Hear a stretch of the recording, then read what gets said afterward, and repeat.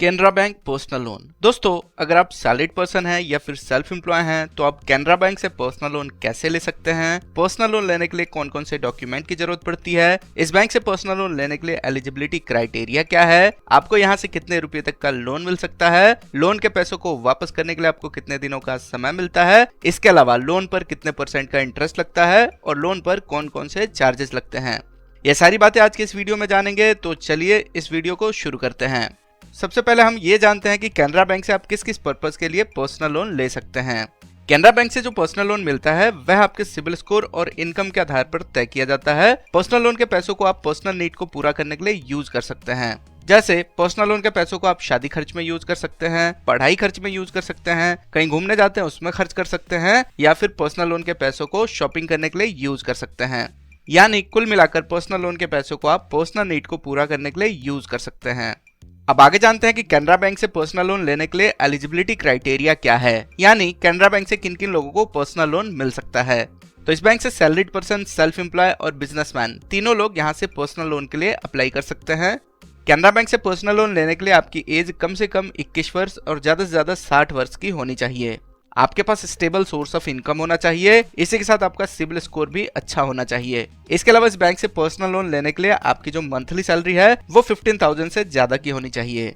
अगर आप इन eligibility criteria को पूरा करते हैं तो इसके बाद आपको जरूरत पड़ती है डॉक्यूमेंट्स की। तो अब आगे जानते हैं कि कैनरा बैंक से पर्सनल लोन लेने के लिए आपके पास कौन कौन से डॉक्यूमेंट होने चाहिए।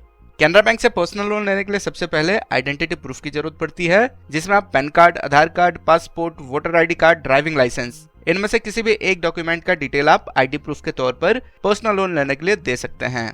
ID प्रूफ के बाद आपको एड्रेस प्रूफ भी देना होगा। इसमें आप Aadhaar card, passport, voter ID card, driving licence या फिर किसी तरीके की यूटिलिटी बिल, इनमें से किसी भी एक डॉक्यूमेंट का डिटेल आप एड्रेस प्रूफ के लिए दे सकते हैं। ID प्रूफ और एड्रेस प्रूफ के अलावा आपको इनकम प्रूफ भी देना होगा। तो अगर आप सैलरीड पर्सन हैं तो आप पिछले 3 महीने की सैलरी स्लिप दे सकते हैं या फिर पिछले 3 महीने की बैंक स्टेटमेंट की कॉपी दे सकते हैं।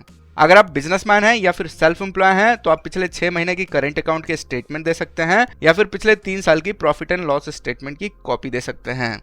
तो दोस्तों, अगर आपके पास ये सारे डॉक्यूमेंट्स हैं तो अब आगे जानते हैं कि कैनरा बैंक से कितने रुपए तक का पर्सनल लोन ले सकते हैं। अगर आपका सिबिल स्कोर 750 से अधिक है तो आप कैनरा बैंक से 15 लाख रुपए तक का पर्सनल लोन ले सकते हैं। ये जो मैक्सिमम लोन अमाउंट है ये आपके प्रोफाइल के आधार पर तय किया जाता है। प्रोफाइल में आपकी credit score, last loan payment history और इनकम, ये तीनों चीजें देखी जाती हैं।